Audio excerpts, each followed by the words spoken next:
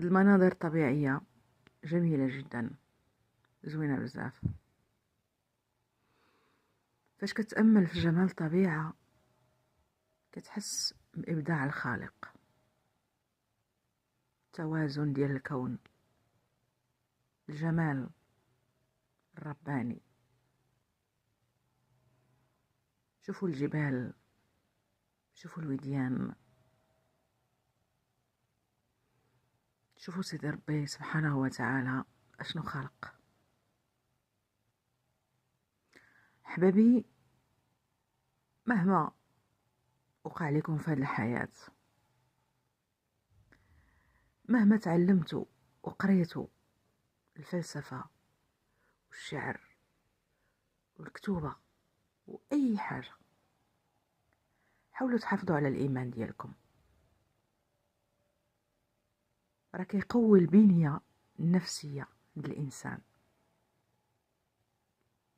بزاف ديال الناس وصلوا لدرجات عالية بزاف من العلم، ومع ذلك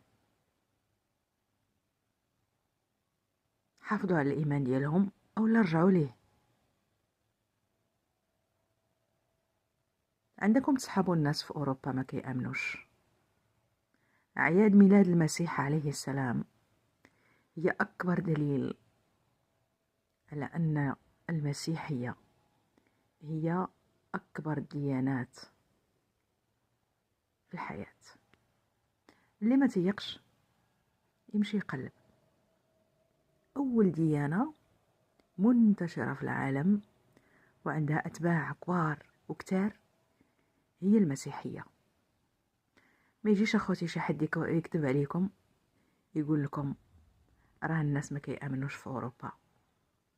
الناس كيمشيو ويصليو نهار الحد، الناس كيأمنوا، خصوصا من بعد ما كتهضر معهم، كتناقش معهم، كتحاول تفهم كيفاش كيشوفوا الحياة. فالإيمان ضروري بزاف للحفاظ على التوازن النفسي ديال الإنسان، وإلا علاش خلقنا الله سبحانه وتعالى؟